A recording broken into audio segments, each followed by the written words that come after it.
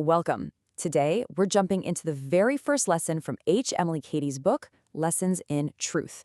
And even though it's over a century old, it tackles a question that feels like it could have been written yesterday. Let's kick things off with a feeling I think we've all had at some point. You know that feeling of being stuck? Like you're running on a hamster wheel, putting in all this effort, but you're not actually going anywhere. No real change seems to stick. So way back, over 100 years ago, Emilie Cady had this really interesting idea. She suggested that this feeling of being stuck, it doesn't come from our circumstances.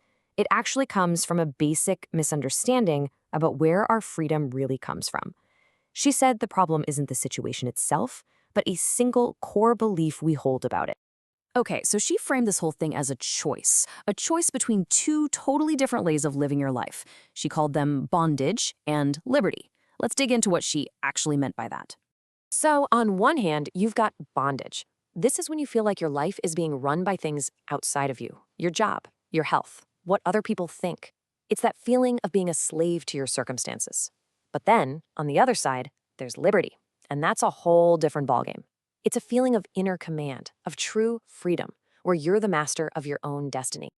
So what is bondage, really? Well, it's basically when you identify with your circumstances. It's that quiet little voice in your head, maybe you don't even notice it, that says, I am my problems, or I am my job. You get so tangled up in what's happening on the outside that you can't see where you end and your problems begin. Liberty, on the other hand, is this powerful shift in perspective. It's when you start to realize that you have this inner self, this core part of you that's totally steady and constant. It doesn't matter what's going on around you. It's that aha moment when you get that you are not defined by all the temporary stuff happening in your life. Okay, so if liberty is so great, what keeps us stuck in bondage? Cady says it's basically a trap, a belief trap. It's built from these false ideas that kind of glue us to our circumstances. Let's unpack that a little. It's pretty fascinating, actually. Modern psychology has a name for this exact thing Cady was talking about. They call it cognitive fusion. It's that state where we get completely tangled up in our own thoughts, in the stories we tell ourselves. And the way out? It's about learning to take a step back, to realize you're not the thought itself, but you're the one noticing the thought. And there's this fantastic metaphor that really helps to grasp this idea. It's the idea that you are the sky, and everything else is just the weather. It's such a simple but powerful way to picture this separation between who you really are and all the thoughts that are just passing through. Think about it. Your thoughts, your feelings, all the challenges you face, they're just like the weather. They come and they go. You might have a huge thunderstorm of a day, right? But the sky itself is never permanently harmed by the storm. And that's the key takeaway here. Your core self, that deep part of you, is always okay. It's always untouched, even when you're in the middle of a really tough time. Okay, I know this can sound a little abstract. I'm the sky, not the weather. So let's bring it down to earth. Let's look at how this whole bondage versus liberty thing actually shows up in our day-to-day lives. We'll look at 3 common examples. All right, let's start with work. We've all been there. When you're stuck in that bondage mindset, a bad review, or a project that goes sideways, man, it can feel like a personal attack on who you are. Your whole self-worth takes a nosedive. But if you're coming from that place of liberty, you can handle the exact same challenges totally differently. You have this resilience because you see it for what it is, just an experience you're having, not a judgment on your entire being. What about relationships? Well, bondage in a relationship is that feeling that you need someone else's approval to feel okay, to feel whole. But liberty, Cady described it as finding this fountain of joy and strength inside yourself.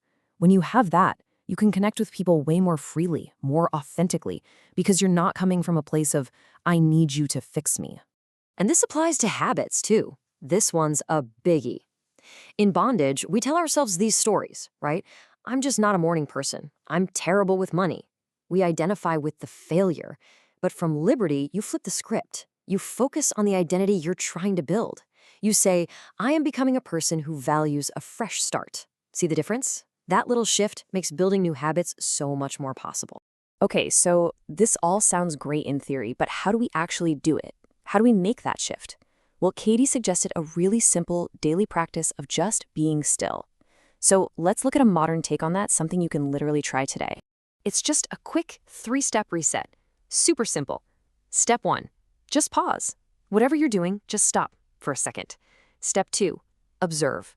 Notice what's going on in your head, your thoughts, your feelings, like you're watching clouds drift by. No judgment. And step 3, affirm. Just silently say to yourself something like, I am the sky, not the weather. I am the master of my inner state. That's it. All right, let's wrap this up. What's the main takeaway from this whole powerful first lesson? Here's the bottom line. Real lasting freedom isn't something you go out and find. It's not something you earn.